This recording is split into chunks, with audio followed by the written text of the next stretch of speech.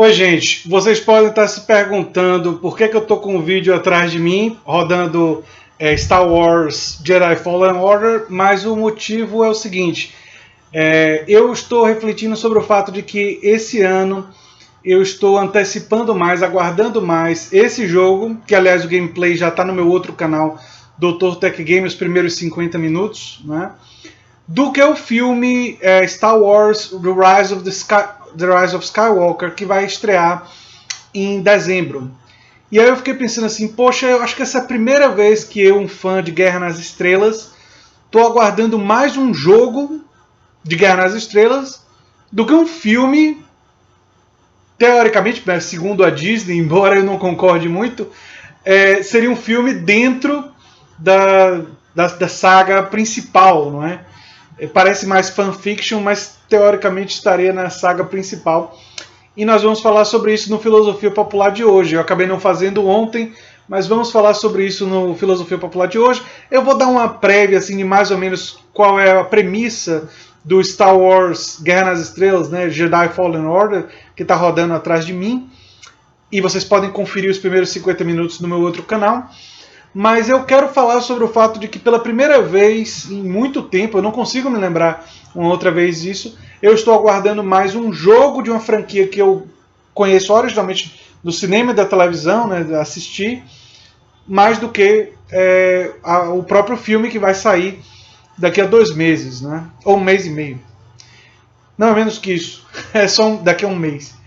Enfim, gente, se vocês chegaram agora, o canal é a Nova Máquina do Tempo, eu sou André Teixeira Jacobina, aqui a gente fala de política, de ciência e de filosofia, tem a sessão de diálogos com especialistas e o Filosofia Popular normalmente às sextas-feiras, mas às vezes, excepcionalmente, no sábado, como hoje, né?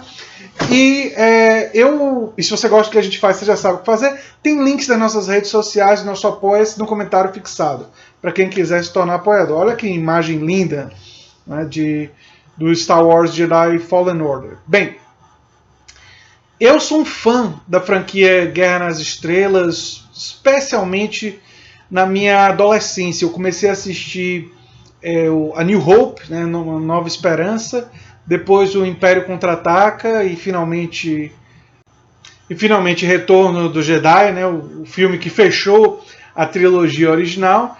E nós tivemos aqueles prequels feitos pelo George Lucas posteriormente, que embora não sejam tão bons, eu ainda considero que são filmes que têm as características de Guerra nas Estrelas, ainda são filmes que têm realmente a marca de Guerra nas Estrelas. E aí, vocês sabem, eu fiz já um vídeo sobre isso, depois que a Disney comprou a Lucasfilmes e a LucasArts, os filmes que vieram na sequência fizeram uma descaracterização muito grande do projeto de George Lucas, e se tornaram filmes que você quase que não reconhece como filmes da franquia.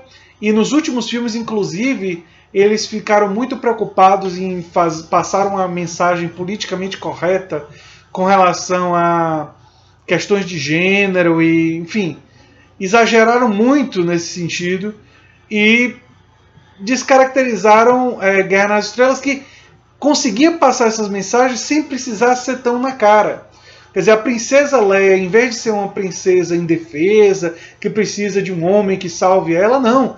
Ela pega em armas, ela luta, ela é uma guerreira. Então, você não precisa meio que colocar isso na cara das pessoas e gritar: ei, questões de gênero são importantes, mulheres são importantes. E mulheres são mais sábias do que os homens, como o último filme tentou fazer, que, inclusive numa sequência estranhíssima, porque sem nenhuma justificativa, a tal da... como é o nome dela? General, esqueci o nome. Ela não conta o plano dela para todo mundo, e aí o Paul Dameron fica... arruma um motim, né, questiona a autoridade dela no último filme de... The Last Jedi, né, o último Jedi, e aí depois se descobre que o plano dela era um plano assim brilhante de usar a nave para destruir as naves inimigas usando o Hyperdrive, violentando inclusive toda a premissa do que é viajar na velocidade da luz, dentro do universo de Guerra nas Estrelas. Quer dizer, tem dois problemas sérios naquela sequência. Um, qual é a justificativa para ela não ter contado para o Paul Dameron isso? Dois, porque você pode usar a sua nave como um míssil indo para o hiperespaço e nunca ninguém usou isso antes. Quer dizer, não tem nem lógica e nem a necessidade de ser dessa forma. E a trilogia original e os filmes prequels conseguem ter posicionamentos políticos muito mais importantes, muito mais densos do que esses novos filmes. Talvez pelo fato de George Lucas não estar preocupado com essas questões identitárias, ele consegue colocar nos filmes originais, primeiro, uma crítica à indústria da guerra, uma crítica ao militarismo, uma crítica à exploração comercial, isso fica muito claro, uma crítica ao autoritarismo e às ditaduras, quer dizer, toda a ascensão do império, a ascensão de uma ditadura, de um regime que se pretende totalitário. Quer dizer, tem várias críticas do ponto de vista político muito bonito, muito interessantes e muito bem feitas nos filmes originais. Nós vemos, por exemplo, um dos momentos que eu mais gosto, né, quando Luke Skywalker não se deixa ser conquistado pelo lado negro, ele decide não executar aquele que acabou de ameaçar a sua irmã, que é o seu pai, não é? E ele diz, não vou matar uma pessoa indefesa, que não pode se defender, não vou ser um executor. Então, Guerra nas Estrelas, paradoxalmente, talvez até pelo fato de George Lucas ter escrito isso em épocas que os Estados Unidos estavam em guerra, reflete críticas muito interessantes à indústria da guerra e a outros aspectos. Quando vem esses novos filmes, a forma como eles fizeram não funcionou muito bem. E aí é que entra Jedi Fallen Order. Jedi Fallen Order foi desenvolvido pela Respawn Entertainment, um estúdio que eu gosto bastante, fez os jogos Titanfall. Titanfall 2 eu acho que é um jogo às vezes muito esquecido pelas pessoas, é um jogo meio que subestimado e é um excelente jogo. E a premissa desse jogo é o seguinte, o Cal Kestis, que vocês estão vendo aí, ele era um Padawan que conseguiu escapar da Ordem 66, então se passa entre o episódio 3 e o episódio 4, e ele estava levando uma vida relativamente tranquila, sem as pessoas saberem que ele tinha treinamento Jedi. Mas aí vem uma circunstância que ele se vê forçado a usar a força para salvar um amigo dele, e ele acaba sendo descoberto como um Jedi, como uma pessoa que tem treinamento Jedi, que conhece a força, e acaba indo numa trajetória de ser salvo por pessoas que acreditam na Ordem Jedi, e por isso vai numa trajetória de autodescoberta, uma trajetória de um jovem se descobrindo e terminando seu treinamento para se tornar um Jedi. Enfim, a história... Primeiro pegar um personagem jovem, num período muito curioso da franquia, que é o período justamente entre o episódio 3 e o episódio 4, né, quando a Aliança Rebelde ainda não estava formada. Foi uma escolha muito interessante do pessoal que desenvolveu o jogo, e eu acho que é uma história mais interessante, mais fascinante do que a história da Rey, que é um personagem central agora da nova franquia. E o curioso de tudo isso é que foi feito por pessoas que amam Guerra nas Estrelas e não pessoas que foram contratadas pela Disney para fazer um novo filme de Guerra nas Estrelas. E talvez por isso, talvez por gostar muito do Guerra nas Estrelas original, talvez por gostar tanto dos filmes de George Lucas, você sente muito nesse filme um certo, como é que eu diria, uma inspiração mais direta em relação a George Lucas. Por quê? Porque esse jogo. Porque o jogo, ele primeiro que ele estabelece o personagem, assim, a característica dele, quem ele é, mas bota um certo mistério em relação a quem treinou ele, de onde ele veio e tal.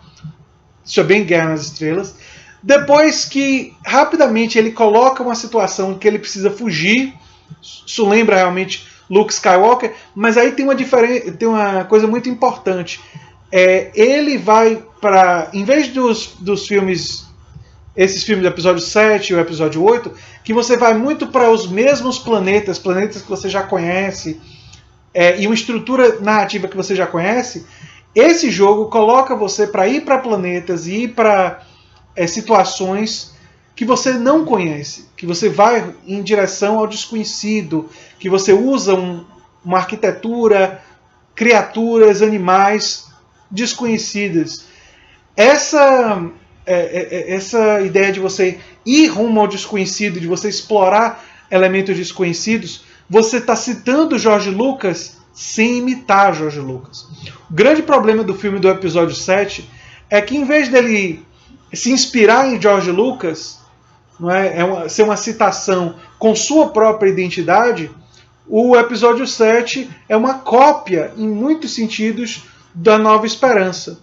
Muitas semelhanças. O filme é muito igual. E não tem novos cenários, novas tecnologias, um lugar diferente ou uma mensagem muito diferente que você queira explorar.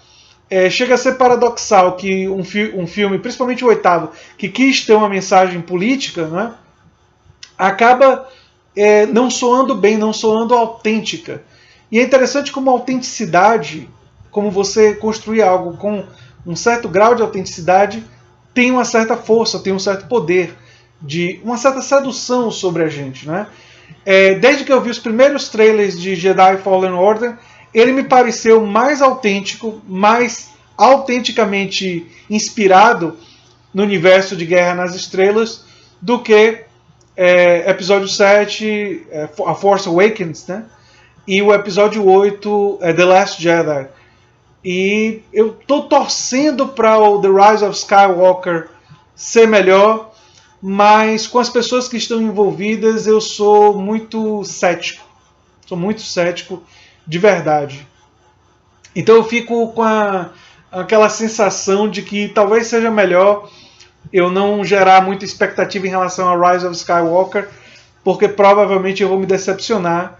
E eu não preciso ficar tão chateado com Guerra nas Estrelas, porque esse ano nós temos Star Wars Jedi Fallen Order. Para quem é fã de Guerra nas Estrelas, ter sua dose de Guerra nas Estrelas esse ano, né? Ainda existem coisas como The Mandalorian, que é um seriado que a Disney está soltando, que eu vou assistir para ver se é bom, mas realmente eu acho que o produto de Guerra nas Estrelas desse ano que mais me interessou, que mais, enfim, atiçou meu interesse, foi um jogo. E um jogo que não está sendo produzido pela Disney. Então, realmente, a Disney, em relação à Guerra nas Estrelas, tem sido uma decepção muito, muito grande. E eu torço para que no futuro eles consigam trazer pessoas que realmente gostam de Guerra nas Estrelas e pessoas que realmente vão escutar George Lucas e suas ideias e suas sugestões, porque Guerra nas Estrelas tem muito a ver com a mente, com a criatividade de George Lucas, né? Os melhores Guerra nas Estrelas foram aqueles Guerra nas Estrelas que ele controlou, que ele foi produtor executivo, mas que ele não foi o diretor, porque ele não é uma pessoa que tem tanta experiência com direção de atores, com fazer os atores encontrar a melhor forma de trabalhar as emoções na tela. Então, filmes que ele deu o cenário, deu a visão, deu a história, mas colocou uma outra pessoa para dirigir, para executar a visão dele, foram os filmes de Guerra nas Estrelas que deram mais certo. E eu acho que isso tem uma lição bem interessante, né? E, enfim, justamente esse jogo feito por pessoas que gostam muito de Guerra nas Estrelas e se inspiraram muito em Guerra nas Estrelas, trazendo elementos novos para a história, foi o produto de Guerra nas Estrelas que mais me interessou nesse ano. Enfim, era o que eu tinha para dizer sobre Jedi Fallen Order. Ainda estou começando a jogar, estou no início do jogo, estou nas primeiras, 1h30, 2 horas do jogo, mas estou gostando bastante.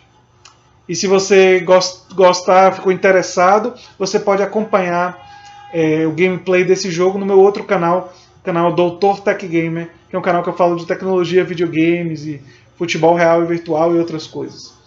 Um abração, gente, e até o próximo vídeo. Tchau, tchau.